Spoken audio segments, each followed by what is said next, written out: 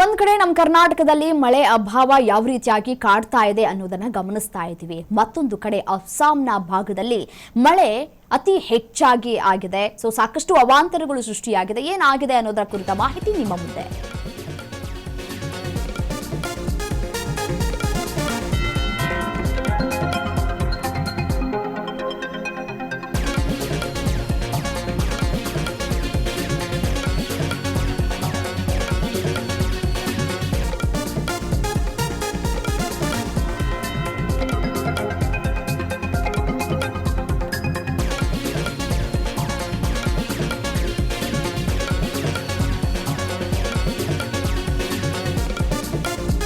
ಅಸ್ಸಾಂನಲ್ಲಿ ಭೀಕರ ಮಳೆ ಆಗ್ತಾ ಇದೆ. ಜನಜೀವನ ಅಸ್ತವ್ಯಸ್ತವಾಗಿದೆ. ಭೀಕರ ಪ್ರವಾಹದಿಂದ ಸಾವಿನ ಸಂಖ್ಯೆಯಲ್ಲೂ ಕೂಡ ಏರಿಕೆಯಾಗ್ತಾ ಇದೆ. 78ಕ್ಕೆ ಏರಿಕೆಯಾಗಿದೆ. ಸಂಕಷ್ಟದಿಂದ ನಲುಗ್ತಾ ಇದ್ದಾರೆ 3 ಲಕ್ಷಕ್ಕೂ ಅಧಿಕ ಜನ. 7 ಜಿಲ್ಲೆಗಳಲ್ಲಿ 3 ಲಕ್ಷಕ್ಕೂ ಅಧಿಕ ಜನ ವಾಸವನ್ನ ಮಾಡ್ತಾ ಇದ್ದಾರೆ. ಅವರ ಜೀವನ ಇದೀಗ ಅತಂತ್ರ ಪರಿಸ್ಥಿತಿಯಾಗಿಬಿಟ್ಟಿದೆ. ದುರ್ಬಲ ಪ್ರದೇಶಗಳಲ್ಲಿ ಭೂ ಕುಸಿತದ ಸೂಚನೆಗಳು ಕೂಡ ಇದೆ. ಅಸ್ಸಾಂ ವಿಪತ್ತು ನಿರ್ವಹಣಾ ಪ್ರಾಧಿಕಾರ ಮುನ್ನೆಚ್ಚರಿಕೆಯನ್ನ ಈಗ ತೆಗೆದುಕೊಳ್ಳಲಾಗ್ತಾ ಇದೆ. ನೋಡಿ, ದೃಶ್ಯಾವಳಿಗಳಲ್ಲಿ ಗಮನಿಸ್ತಾ ಇದ್ದೀರಿ ಎಷ್ಟರ ಮಟ್ಟಿಗೆ ಮಳೆ ಆಗಿದೆ. ಮಳೆಯಿಂದಾಗಿ ಏನೆಲ್ಲ ಅವಾಂತರಗಳು ಸೃಷ್ಟಿಯಾಗಿದೆ. ಬೋಟ್ ಮುಖಾಂತರ ಜನ ಯಾವ ರೀತಿಯಾಗಿ ಹೋಗ್ತಾ ಇದ್ದಾರೆ ಅನ್ನೋದನ್ನ ಗಮನಿಸಬಹುದು. ಒಬ್ಬ ವ್ಯಕ್ತಿ ಕಂಪ್ಲೀಟ್ ಆಗಿ ಮುಳುಗುವಷ್ಟರ ಮಟ್ಟಿಗೆ ಮಳೆಯಾಗಿದೆ.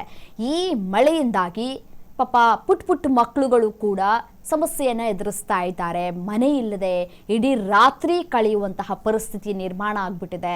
ಊಟ ತಿಂಡಿ ನಿದ್ದೆ ಯಾವುದೂ ಕೂಡ ಇಲ್ಲ. ಬದುಕಿದ್ರೆ ಸಾಕಪ್ಪ ಅನ್ನುವಂತಹ ಪರಿಸ್ಥಿತಿ ನಿರ್ಮಾಣ ಆಗ್ಬಿಟ್ಟಿದೆ. ಅತಿ ಹೆಚ್ಚು ಮಳೆಯಾಗಿರುವಂತಹ ಹಿನ್ನೆಲೆಯಲ್ಲಿ ಕಂಪ್ಲೀಟ್ ಆಗಿ ಯಾವ ರೀತಿಯಾಗಿ ಮನೆಗಳು ಮುಳುಗಡೆಯಾಗಿದೆ ಅನ್ನೋದನ್ನ ಗಮನಿಸ್ತಾ ಇದ್ದೀರಿ. ಇನ್ನು ಮನೆ ಮೇಲ್ಭಾಗದಲ್ಲಿ ಕೂತ್ಕೊಂಡು ದಿನವನ್ನ ದೂಡುವಂತಹ ಪರಿಸ್ಥಿತಿ ಆ ಭಾಗದ ಜನರಿಗೆ ನಿರ್ಮಾಣ ಆಗಿದೆ. ದೃಶ್ಯದಲ್ಲಿ ಗಮನಿಸ್ತಾ ಇದ್ದೀರಿ ಕಂಪ್ಲೀಟ್ ಆಗಿ ಮನೆ ಮುಳುಗಡೆಯಾಗಿದೆ. ಮನೆ ಮುಳುಗಡೆಯಾದಂತಹ ಹಿನ್ನೆಲೆಯಲ್ಲಿ ಮೇಲ್ಚಾವಣಿಯಲ್ಲಿ ಕೂತ್ಕೊಂಡು ದಿನ ದೂಡ್ತಾ ಇದ್ದಾರೆ ಕುಟುಂಬಸ್ಥರು. 3 ಲಕ್ಷಕ್ಕೂ ಅಧಿಕ ಜನ ವಾಸ ಮಾಡ್ತಾ ಇರುವಂತಹ ಸ್ಥಳದಲ್ಲಿ ಮಳೆ ತನ್ನ ರೌದ್ರ ನರ್ತನವನ್ನ ತಾಳ್ತಾ ಇದೆ. ಮತ್ತೆ ಈ ಕೆಲವೊಂದು ಭಾಗದಲ್ಲಿ ಭೂಮಿ ಕುಸಿತ ಆಗುವಂತಹ ಆತಂಕಗಳು ಕೂಡ ಹೆಚ್ಚಾಗ್ತಾ ಇದೆ. ಭೂಮಿ ಕುಸಿತ ಆದರೆ ಮತ್ತಷ್ಟು ಸಾವು ನೋವುಗಳು ಕೂಡ ಹೆಚ್ಚಾಗುವಂತಹ ಸಾಧ್ಯತೆಗಳು ದಟ್ಟವಾಗಿ ಕಾಣಸಿಗ್ತಾ ಇದೆ. ಇಲ್ಲಿಯವರೆಗೂ ಕೂಡ 78 ಮಂದಿ ಈ ಒಂದು ಮಳೆಯಿಂದಾಗಿ ತಮ್ಮ ಪ್ರಾಣವನ್ನ ಕಳೆದುಕೊಂಡಿದ್ದಾರೆ. ದಿನಂಪ್ರತಿ ಹೊರಗಡೆ ಹೋಗೋದಕ್ಕೂ ಕೂಡ ಸಾಧ್ಯ ಆಗ್ತಾ ಇಲ್ಲ. ಅಥವಾ ಬೇರೆ ಭಾಗಕ್ಕೆ ಗುಳೆ ಹೋಗಬೇಕು ಅಂತಂದ್ರೆ ಅಲ್ಲಿಂದ ಹೊರಗಡೆ ಬರಬೇಕಲ್ವಾ ಅವರು. ಅಷ್ಟರ ಮಟ್ಟಿಗೆ ಮಳೆ ಆಗ್ತಾ ಇದೆ. ಅಷ್ಟರ ಮಟ್ಟಿಗೆ ಎಲ್ಲರೂ ಕೂಡ ಆ ನೀರಿನಲ್ಲಿ, ಆ ಮಳೆ ನೀರಿನಲ್ಲಿ ಯಾವ ರೀತಿಯಾಗಿ ಒದ್ದೆ ಆಗಿದ್ದಾರೆ ಅನ್ನೋದನ್ನ ಗಮನಿಸ್ತಾ ಇದ್ದೀರಿ. ಇನ್ನು ಮನೆಯಲ್ಲಿ ಇದ್ದಂತಹ ವಸ್ತುಗಳೆಲ್ಲವೂ ಕೂಡ ನೀರ್ ಪಾಲಾಗಿದೆ. ಕಂಪ್ಲೀಟ್ ಆಗಿ ಮಳೆಯಿಂದಾಗಿ ಮನೆಯೆಲ್ಲವೂ ಕೂಡ ಒಂದು ಕಡೆ ಯಾವ ರೀತಿಯಾಗಿ ನೀರಿನಿಂದ ಆವರಿಸಿದೆ ಅನ್ನೋದನ್ನ ಗಮನಿಸ್ತಾ ಇದ್ದೀರಿ.